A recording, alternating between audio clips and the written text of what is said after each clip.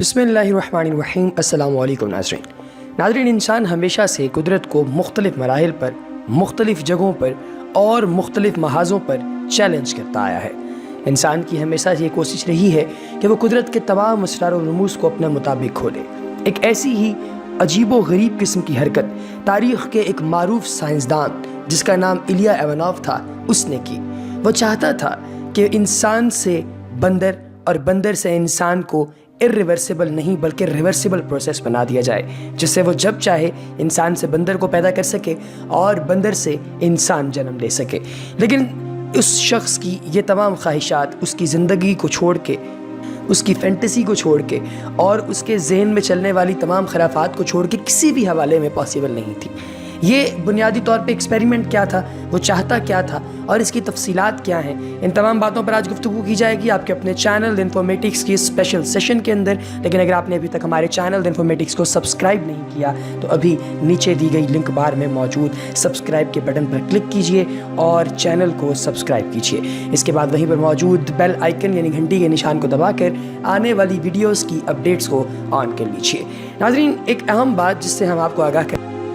ہے کہ اگر انسان اپنی زندگی میں کسی بھی حوالے سے یہ چاہے کہ میں قدرت کو چیلنج کرنا چاہتا ہوں تو اس شخص سے بڑا بیوقوف کوئی نہیں ہے، کیونکہ ایک ارتقاء کا نظریہ ڈارون نے دیا تھا اور اس نے یہ کہا تھا کہ تاریخ کے اندر پیدا ہونے والی تمام اشیاء کا تعلق بنیادی طور پہ ایک چھوٹے بیکٹیریا کے ساتھ ہے، اور یہ جتنی جنریشنز آ رہی ہیں یہ اسی بیکٹیریا کی نسبت سے پیدا ہو رہی ہیں اور آگے چلتی جا رہی ہیں، مگر اصلیت اس سے قدرے مختلف ہے۔ چیزیں ایسی نہیں ہیں جیسی دکھائی دیتی ہیں۔ تاریخ ہر گزرتے دن کے ساتھ کچھ نہ کچھ نئی داستان رقم کرتی جا رہی ہے، اور کئی ایسے لوگ بھی ان کے اپنی ہی سوسائٹی سے اٹھ کھڑے ہوئے جنہوں نے نظریہ ارتقاء کو ریجیکٹ کر دیا، مگر کچھ سائنسدان ایسے تھے جو اس نظریے پر اس قدر زیادہ متوجہ تھے کہ وہ چاہتے تھے کہ اس نظریے کو دنیا کے سامنے حقیقی معنوں میں پیش کیا جائے، اور اس کے لیے وہ ہر طرح کے تجربات کرنے میں بالکل بھی آر محسوس نہیں کرتے تھے۔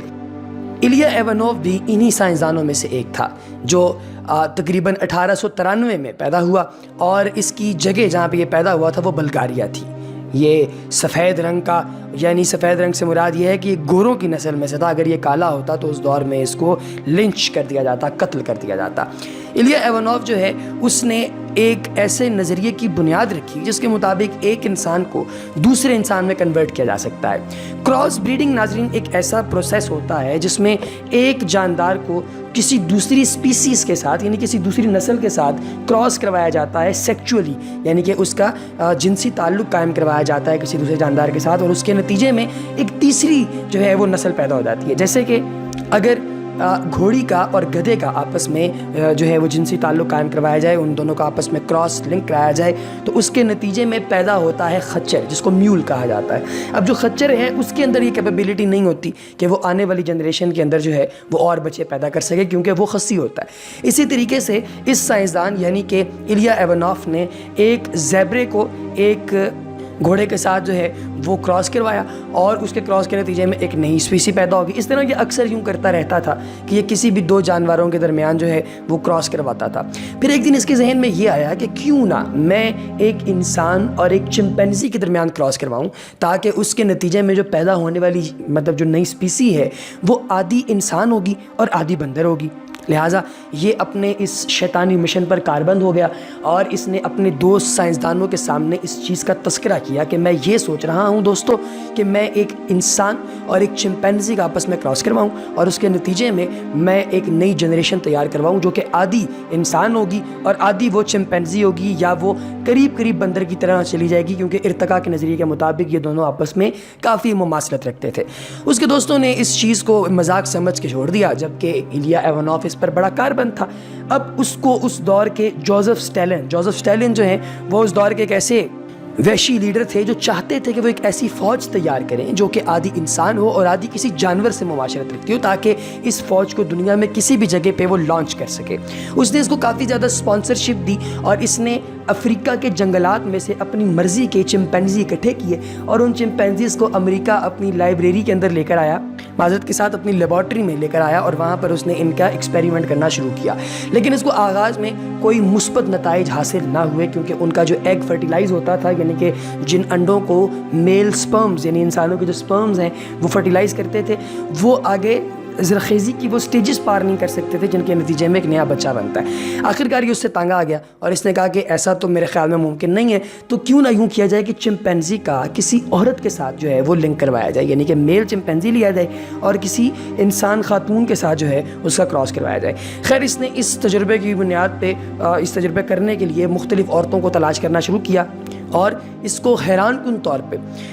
طور پہ 5 عورتیں دستیاب بھی ہو گئیں, کیونکہ لوگوں کا یہ نظریہ تھا کہ شاید اس کو کوئی عورت ایسی مل نہ سکے جو چمپینزی کے ساتھ مباشرت کرنے پر تیار ہو یا راضی ہو, لیکن پیسہ آپ کو پتہ ہے ناظرین ہر کام کروا دیتا ہے. لہٰذا اس نے ایسی عورتیں تلاش کر لیں 5 جن کے ساتھ یہ مباشرت کروا سکے. اور پھر بالآخر ہوا یہ کہ جب اس نے وہ عورتیں تلاش کر لیں, ان کے درمیان میں کراس لنک کروایا, تو اس کے نتیجے میں اگلی جو جنریشن پیدا ہوئی وہ جنریشن اس کو ایگزیکٹلی ویسی ہی اسپیسیز عطا کر رہی تھی جیسی اس کو چاہیے تھی, لیکن وہ صرف ہائپوتھیٹیکل تھا, یعنی کہ لکھت پڑھت میں اس کو ویسی اسپیسیز مل رہی تھیں, لیکن حقیقت میں جب اس نے ان کا کراس کروانے کی کوشش کی تو اس کے جتنے میل چمپینزی تھے وہ سارے کے سارے مرنا شروع ہو گئے, اور ان کی موت کی وجہ سے جو حکومت تھی وہ اس سے بہت زیادہ آوازار ہوگی. حکومت نے کہا کہ یہ کیسی بدتمیزی ہے کہ اس نے ہمارا اتنا پیسہ برباد کر دیا اور نتیجہ صفر بھی نہیں نکلا. لہٰذا انہوں نے اس کو اپنے ملک سے نکال کے قزاقستان کے اندر قید کر دیا. 1 سال کے بعد اس کو قید سے تو نکال دیا گیا, لیکن باہر نکلتے ہی یہ ایلیا ایوالو مر گیا, اور اس کے مرنے کے بعد انہوں نے اس کو دفن کر دیا, اور اس کی سائنسی جو یہ تمام تقاریب تھیں ان کے اوپر کوئی اور کام تب نہیں کیا گیا. لیکن اب جو ہے ناظرین, ہر گزرتے وقت کے ساتھ لوگوں نے یہ کوشش کرنا شروع کر دی ہے کہ وہ اس کے تجربوں کی روشنی میں دوبارہ یہ سارا کام جو ہے وہ شروع کر سکیں. ناظرین, اس نسل کو جو کہ اس نے بنانی چاہیے تھی اس کا نام اس نے ہیومنزی رکھنا تھا. اور اگر وہ تھوڑی تاریخ کے حوالے سے بتائیں تو ابن صفی کو کون نہیں جانتا. یہ معروف جاسوسی دنیا اور عمران سیریز کے خالق جو ہیں, انہوں نے آج سے 63 سال قبل اپنے ناول جنگل کی آگ میں بتایا تھا کہ کس طرح شہر کے بھکاری اچانک غائب ہو جاتے ہیں جنہیں جیرالڈ شاستری نامی کردار ایک مشین میں ڈال کر بندروں میں تبدیل کر دیتا تھا. کہنے کی حد تک تو یہ بات عجیب اور ناقابل یقین معلوم ہوتی ہے, لیکن امریکہ کے جو معروف سائنسدان گورڈن گیلپ جو ہیں وہ آج کل بندر اور انسان کے ملاپ سے ایک نئی مخلوق بنانے کے پہ درپے ہیں, اور مادہ چمپینزی کے رحم میں نامعلوم شخص کا نطفہ ڈال کر ایک کامیاب جو ہے وہ انہوں نے 1920 کی دہائی میں بندہ پیدا کر دیا جس کا نام ہیومنزی یعنی چمپینزی اور ہیومن کی نسل کا نام دیا گیا. یہ تجربہ جو ہے یہ اس سے پہلے یا اس کے بعد کوئی بیان دنیا کا سامنے نہیں آیا, کیونکہ ارتقائی نفسیات کے ماہر جو سائنسدان ہیں انہوں نے یہ کہا ہے کہ اس تجربے کو لائف لائک بنانا, یعنی کہ جو اس کے نتیجے میں ہیومنزی پیدا ہوا ہے اس کو زندہ رکھنا جو ہے وہ تقریباً ناممکن ہے, کیونکہ وہ اس ایٹماسفیئر کے اندر سانس نہیں لے سکتا. اور ہائبرڈ مخلوق کی پیدائش کا جو تجربہ ہے وہ فلوریڈا میں جانوروں کی ریسرچ لیبارٹری میں کیا گیا تھا, لیکن اس کو ابھی تک عام دنیا کے سامنے پیش نہیں کیا گیا, کیونکہ ابھی تک اس کی جو ایگزیکیوشن ریٹ ہے, جو ییلڈ ہے, وہ پراپر نہیں ہے. ناظرین, 2009 میں ایک دستاویزی فلم بھی سامنے آئی تھی جس میں اسی حوالے سے گفتگو کی گئی تھی, اور جس حوالے سے ایلیا ایوانوف نے 1940 میں اپنا سینسس جو ہے وہ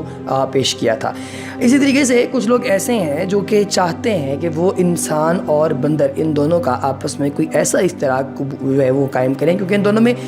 جو مماثلت ہے وہ بہت حیران کن حد تک سیم ہے. اور ایز اے مسلم ہم لوگوں کا یہ ایمان ہے کہ یہ انسان ہی تھے پہلے, بندر جو ہیں ان کی جو نسل ہے, اور پھر بعد میں اللہ پاک کی نافرمانی کرنے کی سزا میں ان کو بندر بنا دیا گیا انسانوں کو. تو بندروں کے ماہر شارلٹ ایلن بروٹک نے بندروں کا قدرتی ماحول میں مشاہدہ کرنے کے لیے کئی سال گزارے ہیں, اور ان کا کہنا ہے کہ مجھے اکثر حیرت ہوتی ہے کہ جب یہ ہمیں دیکھتے ہیں تو ہمارے بارے میں کیا سوچتے ہیں. شارلٹ نے مزید کہا کہ جب آپ کسی بندر کی آنکھوں میں دیکھتے ہیں تو آپ کو ایک ذہین خودآگاہ جانور دکھائی دیتا ہے جو پیچھے مڑ کر آپ کو دیکھتا ہے اور آپ کا جائزہ لے رہا ہوتا ہے. RL گارنر نے ان لوگوں میں سے ہیں جنہوں نے مغربی افریقہ میں چمپینزیز اور ان کے ساتھ ہی ساتھ بندروں پر کافی زیادہ ریسرچ کی, ان کے ساتھ کافی ٹائم گزارا, اور گارنر نے سن 1896 میں لکھا تھا یہاں کوئی دوسری مخلوق ان پر مشاہدہ کرنے والے کو اتنا متوجہ نہیں کرتی جتنا کہ یہ انسانی نسل کے چھوٹے پتلے